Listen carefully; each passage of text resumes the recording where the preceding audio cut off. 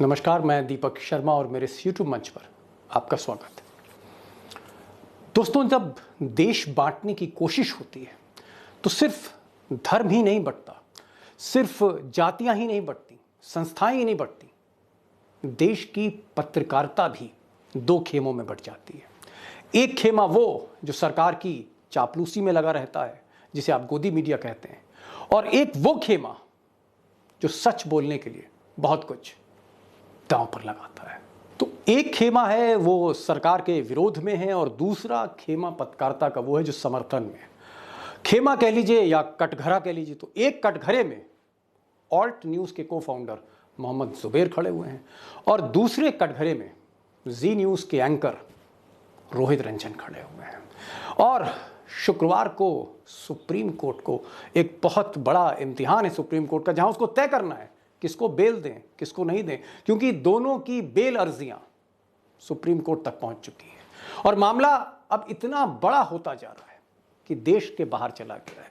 America ने आलोचना की है और जर्मनी तो अब गांधी के देश को अभिव्यक्ति की आज़ादी बता रही है, गांधी के देश में फ्रीडम ऑफ प्रेस की नसीहत दे रही है। जर्मनी, देखिए जर्मनी के ये विदेश मंत्रालय के प्रवक्ता क्या कह रहे हैं, इनको सुनिए। Hohes Gut, und das ist auch in Indien so. Freie Berichterstattung ist ein Mehrwert für jede Gesellschaft und Einschränkungen sind etwas Besorgniserregendes. Journalisten sollten für das, was sie sagen und schreiben, nicht verfolgt und eingesperrt werden. Unsere Botschaft in Neu-Delhi den Fall deswegen sehr genau beobachtet. Demokratie der Welt. Insofern kann man schon erwarten, dass demokratische Werte wie Meinungs... तो दोस्तों, Germany बता रहा है दुनिया के सबसे बड़े लोकतंत्र को कि आप अपने पत्रकारों को जेल मत भेजिए, आप अपने पत्रकारों पर मुकदमे ना चलाइए, आप फ्रीडम ऑफ एक्सप्रेशन की स्पेस दीजिए। और कहीं ना कहीं जर्मनी ये कह रहा है कि हम जो कुछ भारत में हो रहा है, हमारी एम्बेसी उसे मॉनिटर कर रही है। और ये बात सिर्फ जर्मनी नहीं कह रही, और भी कई देश हैं जो जर्मनी के सुर में सुर मिला रहे हैं। अब जाहिर तौर पर अगर दुनिया भारत को ये बताने लगे, विश्व गुरु को ये बताने लगे, सबसे बड़े लोकतंत्र को ये बताने लगे कि अभिव्यक्ति क्या होती है, एक्सप्रेशन क्या होता है, आज़ादी क्या होती है, फ्रीडम ऑफ प्रेस क्या होता है, तो इससे बड़े शर्म की बात मेरे लिए, आपके लिए और कुछ नहीं हो सकती। अब दोस्तों, जो सबसे अहम बात है वो ये है कि रोहित वर्सेस जुबैर, या क्यों करें एफआईआर वर्सेस एफआईआर, या आप कह सकते हैं अगेंस्ट वर्सेस फॉर, इसमें जो सबसे अहम बात है वो ये है कि जो चापलूस पत्रकार हैं, जो सरकार के समर्थन में हैं, गोद में बैठे हैं, जिसे आप गोदी मीडिया कहते हैं, उनके लिए पुलिस एक के बाद एक कवच तैयार कर रही है उन्हें बचाने का, कि वो किसी भी कीमत में जेल ना जाए। और एक आप कह सकते हैं कि वकीलों की एक बड़ी फौज, सरकार के अधिकारियों की एक बड़ी फौज उनको बचाने में लगी है। और दूसरी तरफ जो सत्ता विरोधी हैं, जैसे जुबैर साहब हैं, इनको जेल के बाद जेल के दरवाजे दिखाए जा रहे हैं।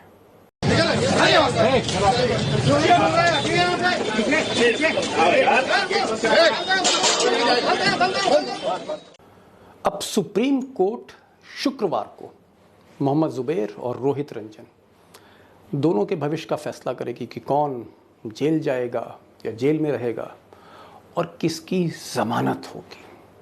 हकीकत यह है कि जिस तरह सुप्रीम कोर्ट के कुछ फैसले विवाद बन गए हैं, विवादास्पद हो गए हैं, जिसमें जुडिशरी बढ़ गई है, ब्यूरोक्रेसी बढ़ गई है, आईएएस और आईपीएस पुराने अधिकारी रिटायर्ड, उन्होंने तमाम चिट्ठियां लिखी हैं सुप्रीम कोर्ट के जजमेंट को लेकर। ये जो विवाद है, हकीकत दोस्तों ये है कि शुक्रवार को सुप्रीम कोर्ट का भी इम्तिहान है, बल्कि मैं तो यूं कहूंगा कि जुबैर और रोहित से कहीं ज़्यादा सुप्रीम कोर्ट की निष्पक्षता की भी परीक्षा है कि आखिर जस्टिस हमें कैसे देखने को मिलता है, क्योंकि इसका इंटरप्रिटेशन तो होगा। वो जो दो खेमे हैं, जुडिशरी के, ब्यूरोक्रेसी के, जिन्होंने सुप्रीम कोर्ट को किसी मामले में उसकी आलोचना करी, शिकायत करी और किसी मामले में समर्थन किया, इसलिए सुप्रीम कोर्ट का भी शुक्रवार को बड़ा इम्तिहान है। और इम्तिहान ये है कि हमारे देश में इतने दबाव के बाद, जब सारी संस्थाएं चरमरा रही हैं, सुप्रीम कोर्ट क्या सरकार के दबाव में चरमरा रहा है या मजबूत खड़ा है? शुक्रवार को पता लगेगा। अब दोस्तों, हकीकत यह है, जो अंदर खाने की बात है वो ये है कि जुबैर, जिस तरह से जुबैर को जेल भेजा गया, जिस तरह से उन पर मुकदमा हुआ, एक बहुत पुरानी ट्वीट को लेकर, लोग कहते हैं कि असली जो नाराज़गी थी उस ट्वीट से नहीं थी। दरअसल सरकार ने एक पक्ष, एक लॉबी, मोहम्मद जुबैर जैसे पत्रकारों को सबक सिखाना चाहते थे कि जो सच या जो सच की आग वो उगल रहा है उसकी कीमत बताना चाहते थे जुबैर को। और इसीलिए एक बहुत पुरानी ट्वीट, आप सबको मालूम है, एक फिल्म जो ऋषिकेश मुखर्जी की फिल्म थी 1982-83 में आई थी, उसका एक शॉट था जिसको उन्होंने ट्वीट किया था, जिस पर एक FIR हुई। शायद आज से कुछ साल पहले अगर वो मामला होता तो मुकदमा भी ना लिखा जाता, लेकिन उस पुराने मामले में वो इसलिए भेजे गए जुबैर क्योंकि जुबैर वही पत्रकार हैं जिन्होंने नूपुर शर्मा के मामले को सबसे पहली बार हाईलाइट किया था। पैगंबर साहब को लेकर जो बातें की गई, अब शब्द कहे गए थे, उसको लेकर जब जुबैर ने एक कैंपेन शुरू किया उस परतें खोलने के लिए, नूपुर शर्मा ने जो चीज़ कही थी, उसका रिएक्शन मिडिल ईस्ट कंट्री में इतना ज़्यादा हुआ, सऊदी अरब में, ओमान में, बहरीन में, कतर में, UAE में, कि सारा का सारा जो मिडिल ईस्ट है, सारा का सारा जो गल्फ कंट्रीज़ हैं, सारी की सारी मोदी सरकार के मुखालिफ हो गई पैगंबर साहब को लेकर। और ये विरोध बढ़ते बढ़ते इंडोनेशिया, मलेशिया तक गया। और तब सरकार को लगा कि इसकी जड़ में जुबैर साहब है। अब उस मामले में तो मुकदमा हो नहीं सकता था क्योंकि एक तरह से कंप्लेनेंट थे, लिहाजा सबक सिखाने के लिए जुबैर पर एक पुरानी ट्वीट 2018 की, उस पर केस बनाया गया। अब मोहम्मद जुबैर को जिस मामले में पुलिस ने गिरफ्तार किया था, वो जो पुरानी ट्वीट को लेके, वो मामला थोड़ा हल्का हल्का था और उसमें कभी भी जमानत हो सकती थी, जो धाराएं थीं। लिहाजा पुलिस जुबैर साहब की जो मीडिया संस्थान है उसके बैंक खाते खंगालने लगी। और बैंक खाते खंगालते खंगालते कोई 2 लाख रुपए का ट्रांजैक्शन मिला, जिसमें ये कहा जा रहा था कि किसी ऐसे फ़ोन नंबर से अलग अलग किस्तों में पैसे आए हैं जो फ़ोन नंबर विदेश का है। और ऐसे ही कुछ ऐसे खाते थे, ट्रांजैक्शन थे जिसमें बाहर से पैसे आने की बात थी। लिहाजा एक और मामला की तफ्तीश शुरू हो गई। और जब देखा कि यह मामला कोई मेहुल चौकसी जैसा नहीं था, कोई नीरव मोदी जैसा घोटाला नहीं था, तो उत्तर प्रदेश की पुलिस आ गई और सीतापुर में एक मुकदमा दर्ज हुआ और सीतापुर पुलिस उठा के ले गई।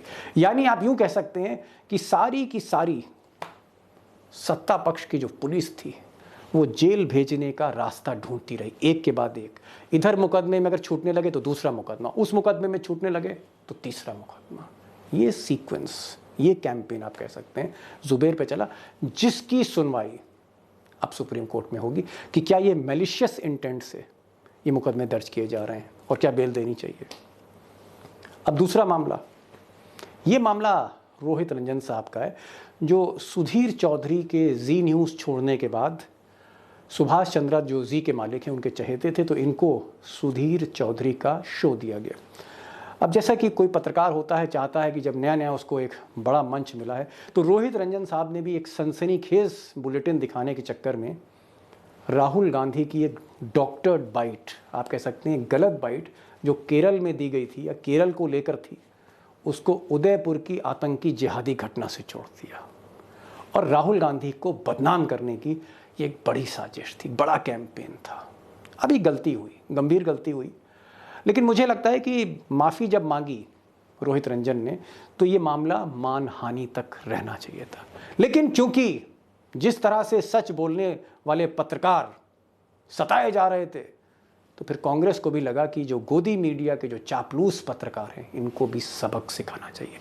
तो छत्तीसगढ़ पुलिस, आपको पता होगा, सुबह सुबह रोहित रंजन के घर पहुंच गई और यहाँ पर जो सत्ता पक्ष की पुलिस है उसने रोहित रंजन को बचाने में कोई कसर नहीं छोड़ी। एक छोटा मोटा मामूली मामला गाजियाबाद पुलिस में लिख दिया गया और जब छत्तीसगढ़ पुलिस पकड़ने आई रोहित को, तो नोएडा पुलिस ने रोहित रंजन को अपनी कस्टडी में ले लिया।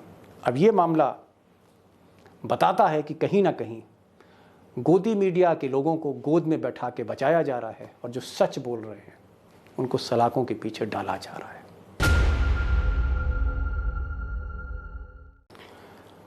अब दोस्तों, सच बोलने वाले लोगों के लिए मुश्किल क्या है इस दौर में? मुश्किल यह है कि जहां पर पुलिस पूरी तरह बाइस्ड है, छोटे से ट्वीट पर, फेसबुक पोस्ट पर किसी भी सूरत से, किसी भी बहाने से पकड़कर जेल भेज रही है। और ऐसे जुबैर के जैसे दर्जनों मामले हैं। अगर मैं आपको बताना शुरू कर दूं तो आप समझ लीजिए 2-3 घंटे लग जाएंगे, इसलिए मैं उस विषय में नहीं जाना चाहता।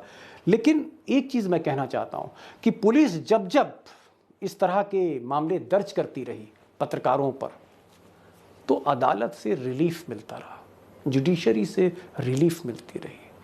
जज साहब जो थे वो हमेशा पत्रकार के साथ खड़े रहे, ऐसा हमने देखा है। मेरे ऊपर भी तकरीबन सलमान खुर्शीद ने, आज़म खान ने कई मुकदमे दर्ज कराए मानहानि वगैरह के, लेकिन हमेशा जुडिशरी ने साथ दिया। कभी हाई कोर्ट ने क्वैश कर दिया, तो कभी डिस्ट्रिक्ट कोर्ट ने उस पूरी एफआईआर को क्वैश कर दिया, फाइनल रिपोर्ट लगा दी। लेकिन आज का दौर ऐसा नहीं। उसकी वजह यह है कि जुडिशरी प्रेशर में है। अब इनको देखिए, ये जस्टिस पारदीवाला है, पारदीवाला ने नूपुर शर्मा को लेकर जिस तरह की तल्ख टिप्पणी करी, इनकी घेराबंदी शुरू हो गई। सुप्रीम कोर्ट के जज हैं, ऐसी हिमाकत पहले नहीं हुई थी। और एक और जज देखिए, ये साहब, ये कर्नाटक के जज हैं, कर्नाटक हाई कोर्ट के जज, हाई कोर्ट के जज। और ये कह रहे हैं कि इनको कहीं ना कहीं धमकियां दी जा रही। सुनिए ये क्या कह रहे हैं अंग्रेजी में। One of our high court judge came and sat with me and he says, giving an example of transferring of one of the judge to some other district. I will not hesitate to mention the name of a judge also. He came and sat by the side of me and there is a threat to this court. I am going to protect the independence of judiciary at the cost of my judgeship. This should not happen. This should not happen. I will record the same in the order itself. This should not. You people are encouraging such people, state government as well as you are here to protect the institution. अब ये जज साहब कह रहे हैं Karnataka high court के कि साहब, जिस तरह से धमकियां दी जा रही हैं, जिस तरह से आप कह रहे हैं प्रेशराइज किया जा रहा है, वो जुडिशरी के जस्टिस को, वो इंसाफ को कहीं ना कहीं उसके साथ समझौता नहीं होने देंगे, भले ही उनकी जजशिप चली जाए। ये भावना है इनकी, और ये भावना बताती है, जाहिर करती है कि दबाव किस कदर है इस दौर में। इसीलिए मैंने कहा कि सुप्रीम कोर्ट की भी अग्नि परीक्षा है। अब मेरी एक वरिष्ठ पत्रकार दिल्ली के हैं, क्राइम रिपोर्टर हैं, उनसे मेरी बात हुई और उनका ये कहना है, 20-25 साल से वो ज़बरदस्त क्राइम रिपोर्टिंग कर रहे हैं, पुलिस में बहुत बड़ा नेटवर्क है उनका ये कहना था कि इस वक्त चाहे वो दिल्ली पुलिस हो, चाहे यूपी पुलिस हो, चाहे राजस्थान पुलिस हो, चाहे छत्तीसगढ़ पुलिस हो, कोई भी पुलिस हो देश की, उनका जो साइबर सेल है, साइबर क्राइम सेल है, वो जितने भी पत्रकार हैं या आरटीआई एक्टिविस्ट हैं या जो ट्विटर पर, फेसबुक पर एक्टिव हैं, जो सोशल एक्टिविस्ट हैं, जो सरकार के खिलाफ कुछ ना कुछ बोलते रहते हैं, उन सब की बड़ी ज़बरदस्त मॉनिटरिंग हो रही है, बहुत ज़बरदस्त मॉनिटरिंग हो रही है। और ऐसे में जब भी कोई इशू आता है तो वो पत्रकार या आरटीआई एक्टिविस्ट कि ट्विटर की टाइमलाइन पे जाकर अगर कोई भी ट्वीट, कोई भी फेसबुक पोस्ट थोड़ी सी भी तल्ख मिल गई, तो उसी फेसबुक पोस्ट या ट्विटर की ट्वीट के आधार पर किसी ना किसी मुखबिर से मुकदमा दर्ज करा के कार्रवाई शुरू हो जाती है। तो मैं यहाँ पर आपको ये कहना चाहूँगा कि अपने ट्विटर पर, फेसबुक पर जब भी आप कोई पोस्ट डालें, कोई वीडियो डालें, हमेशा वेरीफाई कर लीजिए। कहीं ऐसा तो नहीं कि जो डॉक्यूमेंट आप अपलोड कर रहे हैं वो डॉक्यूमेंट पुराना हो, वो डॉक्यूमेंट फेक हो, या आप उसको सिर्फ कहीं ना कहीं से आप उसको फॉरवर्ड कर रहे हैं। बिल्कुल ऐसी गलती मत करिएगा, वरना आपका हाल भी जुबैर जैसा हो सकता है। कोई गलती हुई नहीं, या कोई पुरानी ट्वीट जो आपने रखी हुई है जिसमें थोड़ा सा भी तंज किया है, उसका इंटरप्रिटेशन क्या हो जाएगा ये आपको नहीं पता होगा। इसलिए ट्विटर और फेसबुक आज के दौर में इसको खिलौना मत बनाइए। ये एक ऐसा हथियार है जहां पर आप वो सच लिखें जो पूरी तरह से वेरीफाइड हो। और धार्मिक मामले में बिल्कुल भी ट्वीट करने से बचिएगा।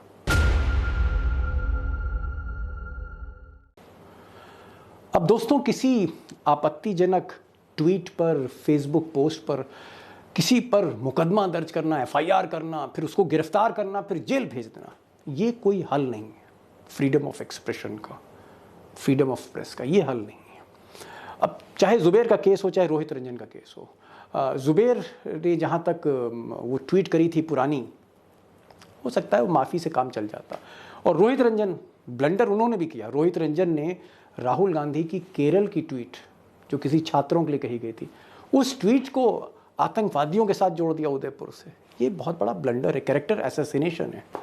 लेकिन इसमें भी मानहानि का मुकदमा करना चाहिए था, डिफेमेशन का केस करना चाहिए था, और सिविल कोर्ट तय करता कि जी न्यूज़ को 10 करोड़ रुपया राहुल गांधी को देना है, माफ़ी मांगनी है, या 1 दिन के लिए जेल जाना है। लेकिन फौजदारी का केस दोनों नहीं है। ये हकीकत है, कड़वा सच है। और मैं इसलिए कह रहा हूँ कि अगर हम ट्वीट्स में और फेसबुक में और इस तरह की बाइट्स में अगर उलझे रहेंगे, आपको पता है इस देश में हत्या के, डकैती के, लूट के कितने मामले हैं।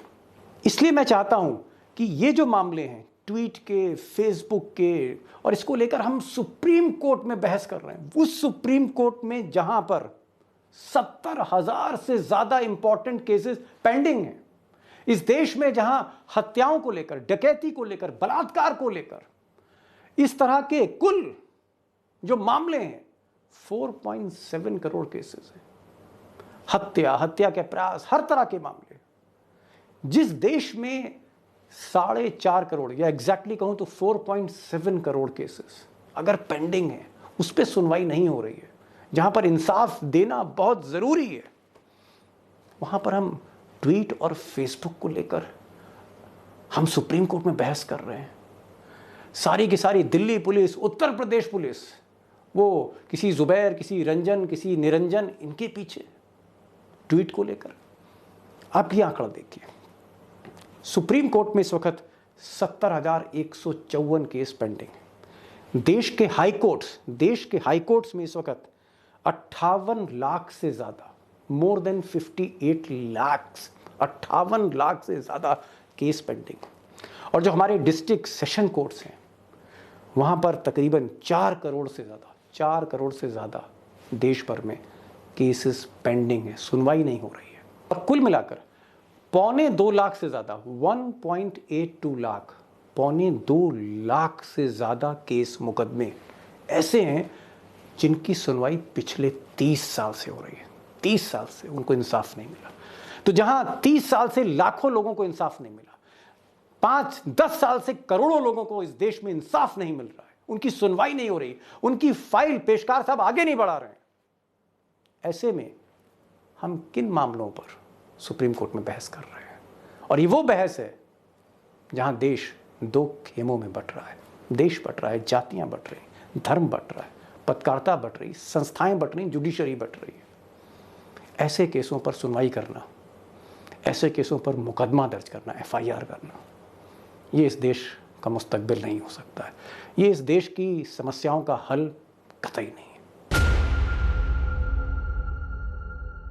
बहरहाल ये आज का वीडियो था, और मैंने कोशिश करी कि एक हिंदुस्तान में जिस तरह की चर्चा हो रही है, या यूरोप में जिस तरह की चर्चा हो रही है, अमेरिका में जिस तरह की चर्चा हो रही है कि भारत में पत्रकारों को जेल भेजा जा रहा है कुछ लिखने पे, कुछ बोलने पर, ये एक घटना हमारे लोकतंत्र के लिए क्योंकि शर्मनाक थी, इस वजह से मैंने आज इस पर मुझे मजबूरन वीडियो बनाना पड़ा। अदरवाइज़ मैं ऐसे विषयों पर मैं उनको अवॉइड करता हूँ, क्योंकि मेरा ये मानना है कि ये ऐसे मामले हैं, ये ऐसे नाजुक मामले हैं कि जिस पर वीडियो बनाना, जिस पर खबर करना, चाहे ऐसी खबर करिए चाहे वैसी खबर करिए, पक्ष में करिए, विरोध में करिए, इस पर चर्चा करने से देश का सांप्रदायिक माहौल खराब होता है। चर्चा नहीं करनी चाहिए इस पर, और कोशिश करनी चाहिए कि हम जो बड़े इश्यूज़ हैं, चाहे वो सोशल इश्यूज़ हों, इकोनॉमिक इश्यूज़ हों, हमारे आपके भविष्य के इश्यूज़ हों बच्चों के, या फिर ऐसे इश्यूज़ जहां कहीं ना कहीं हिंदुस्तान की गाड़ी पटरी से उतर रही है, उस पर बात होनी चाहिए, और वो बात आज की तारीख में नहीं हो रही है। तो ये वीडियो आज था क्योंकि इतनी बड़ी खबर हो चुकी थी कि आप तक इस खबर को उसका सही पर्सपेक्टिव में आप तक पहुंचानी ज़रूरी थी। बस आखिर में यही ख्वाहिश है कि आप प्लीज़ सब्सक्राइब करिए इस चैनल को और शेयर करिए और बेल आइकॉन ज़रूर आप क्लिक करिए, नोटिफिकेशन आपको मिल जाए। तो आज बस इतना ही। नमस्कार।